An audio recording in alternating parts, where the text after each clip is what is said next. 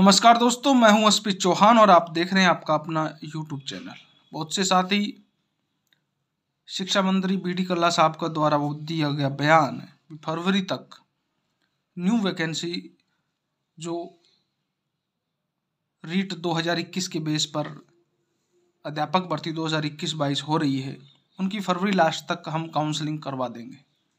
बहुत से साथियों का यह कमेंट है, क्या फरवरी के लास्ट तक ज्वाइनिंग हो सकती है या ये सिर्फ एक जुमला है? इसका आधारभूत तथ्य हमारे सामने पेश किया जाए। बहुत से साथी इस असमंजस में भी है, क्या ऐसा भी हो सकता है, वो भी राजस्थान के अंदर मात्र 2 महीने में ज्वाइनिंग का रास्ता साफ?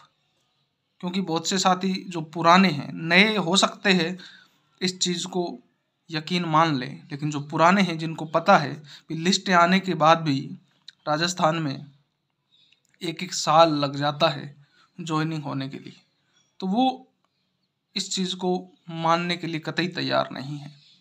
इसलिए उन साथियों का कमेंट है, क्या सर ऐसा कुछ हो सकता है क्या? तो आज मैं आपको बताने जा रहा हूँ भी कहाँ तक संभव है फरवरी तक ज्वाइनिंग होना।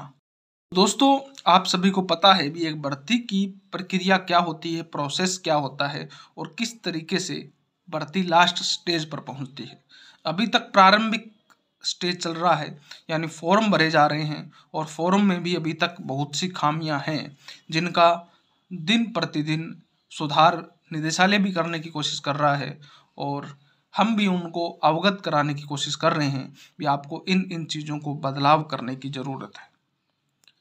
इसी प्रोसेस में 9 फरवरी फॉर्म भरने की लास्ट डेट है। इसके बाद फॉर्म को एडिट करने के लिए, संशोधन करने के लिए भी निदेशालय को टाइम देना होगा, यानी 10 दिन का अपने माने तो यानी 20 फरवरी।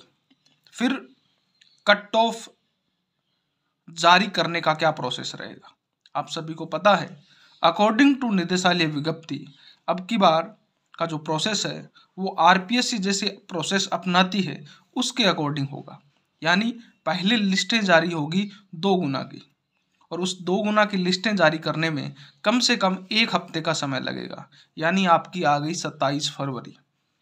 मैं बिल्कुल भी एक दिन भी न खराब करते हुए वर्क टू वर्क काम करने की कोशिश कर रहा हूँ कि अगर वर्क टू वर्क काम होता है, डे प्रतिदिन काम निदेशालय करता है, तो भी उसको मिनिमम कितने दिन लगेंगे आपकी भर्ती को लास्ट स्टेज पर पहुंचाने के लिए। 27 फरवरी को आपकी 2 गुना की लिस्टें आती हैं, उसके बाद में अकॉर्डिंग टू निदेशालय विज्ञप्ति 2 गुना पर डॉक्यूमेंट वेरिफिकेशन होगा।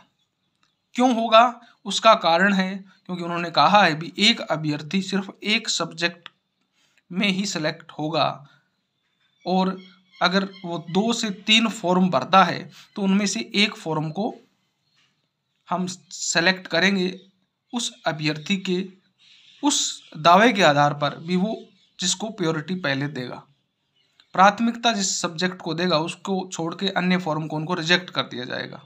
बीच में मैं इस काटता हूँ भी, कई साथियों में असमंजस भी है इस लास्ट फॉर्म को लेकर, क्योंकि कल ही एक हमारे यूट्यूब साथी का मेरे पास कॉल आया था और उनका कहना था कि एक महान यूट्यूबर जो लगभग लाखों लोगों को रोजाना पढ़ाता है, और उनका ये कहना है भी आप सिर्फ एक सब्जेक्ट से ही फॉर्म भर सकते हैं, अगर आप ज़्यादा सब्जेक्ट से फॉर्म भरेंगे तो लास्ट सब में जो फॉर्म भरेंगे वो रिजेक्ट होगा। ऐसा कुछ भी नहीं है दोस्तों, एक विषय के अंदर भरे गए ज़्यादा फॉर्मों में से आपका लास्ट फॉर्म मान्य होगा। आप अलग अलग विषय से अगर 3 फॉर्म भरते हैं तो तीनों मान्य हैं, कोई भी रिजेक्ट नहीं होगा। अब मैं बात करता हूँ, जब ये पहला आपका डॉक्यूमेंट वेरिफिकेशन जो निदेशालय स्तर पर होगा, उसके बाद आपकी कट ऑफ आएगी और इस काम में कम से कम 1 हफ्ते का समय लगेगा, यानी आपका मार्च का फर्स्ट वीक आ गया। मार्च के फर्स्ट वीक में आपकी कट ऑफ जारी होगी, उसके साथ ही आपकी फर्स्ट 1 गुना की लिस्टें, और उसी के आधार पर आपको जिलों का आवंटन होगा। जिला आवंटन होने के बाद उसमें आपको 1 सप्ताह का टाइम दिया जाएगा डॉक्यूमेंट वेरिफिकेशन के लिए। वो भी अलग अलग जिलों का अलग अलग टाइम टेबल होगा, जिसके अकॉर्डिंग जिला परिषद को कब टाइम होता है, कैसे होता है, इसमें कम से कम 20 दिन का टाइम लग सकता है। यानी आपका पूरा मार्च का महीना डॉक्यूमेंट वेरिफिकेशन में जाएगा।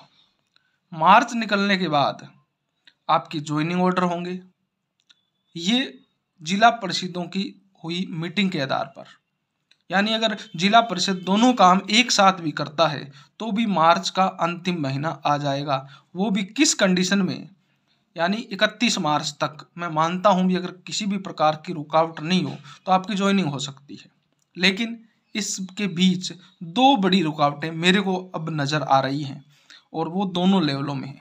अगर मैं लेवल 2 की बात करूँ तो एडिशनल मैटर, जो वर्तमान में कोर्ट की शरण में है और कभी भी उनके फॉर्म भरवाने के ऑर्डर हो सकते हैं। संभावना है भी हो सकता है उनके फॉर्म, अगर रुकावट नहीं आई वो अलग बात है, लेकिन मेरे को लगता है भी कभी भी उनके फॉर्म भरवाने के ऑर्डर हो सकते हैं। अगर ऐसा कुछ होता है तो लेवल 2 का जो प्रोसेस है वो 20 दिन आगे चला जाएगा। 20 दिन का मतलब है आपका अप्रैल महीना। इसी प्रकार अगर मैं लेवल 1 की बात करूं तो लेवल 1 में बीएड बीएसटीसी मैटर चल रहा है, जिसमें 4 राज्यों में लेवल 2 जीत चुका है, बीएडधारी जीत चुके हैं, और सिर्फ राजस्थान को छोड़ के। अब राजस्थान की मैं बात करूं तो राजस्थान का जो केस है वो सुप्रीम कोर्ट में है। 24 तारीख को सुनवाई होनी है और हो सकता है 24 तारीख की सुनवाई में बीएड एलिजिबल हो जाए लेवल 1 के लिए। अगर ऐसा होता है तो ये पूरी प्रोसेस 1 महीने आगे चली जाएगी। दोबारा फॉर्म उनका रिजल्ट जारी करेगा बोर्ड और फिर फॉर्म उनके भी लिए जाएंगे लेवल 1 के अंदर। ऐसा कुछ होता है तो ये पूरा प्रोसेस अप्रैल के लास्ट महीने तक चला जाएगा, यानी आपकी ज्वाइनिंग मेरे अकॉर्डिंग अप्रैल तक जा सकती है। और देखो क्या होता है, इससे भी लेट हो जाए या थोड़े 10-15 दिन पहले हो जाए। उससे पहले 15 अप्रैल से पहले अगर ये दोनों केसेस उल्टे होते हैं तो नहीं होगी, और अगर कुछ भी व्यवधान नहीं होता है तो 31 मार्च तक ज्वाइनिंग हो सकती है। फरवरी में ज्वाइनिंग होने के चांसेस नगण्य हैं। ओनली खुली आंखों से सपने लेने जैसा। और देखो आप सभी को पता है कि बिना आधार के हम बात नहीं करते, और आपको मैंने एक एक स्टेप गिनवाया है, और वो भी बिना किसी एक भी दिन की देरी के। और जो पिछली भर्तियां हुई हैं, जिन्होंने पिछली भर्तियां देखी हैं, उनको पता है भी कट ऑफ आने के बाद 20-20 दिन तक काउंसलिंग के ऑर्डर जारी नहीं होते। काउंसलिंग होने के बाद महीने महीने तक ज्वाइनिंग ऑर्डर जारी नहीं होते। लेकिन मैंने ये इन सब को इंक्लूड नहीं किया है। अगर इन सब को इंक्लूड किया जाए तो फिर तो जुलाई तक भी ज्वाइनिंग संभव नहीं है।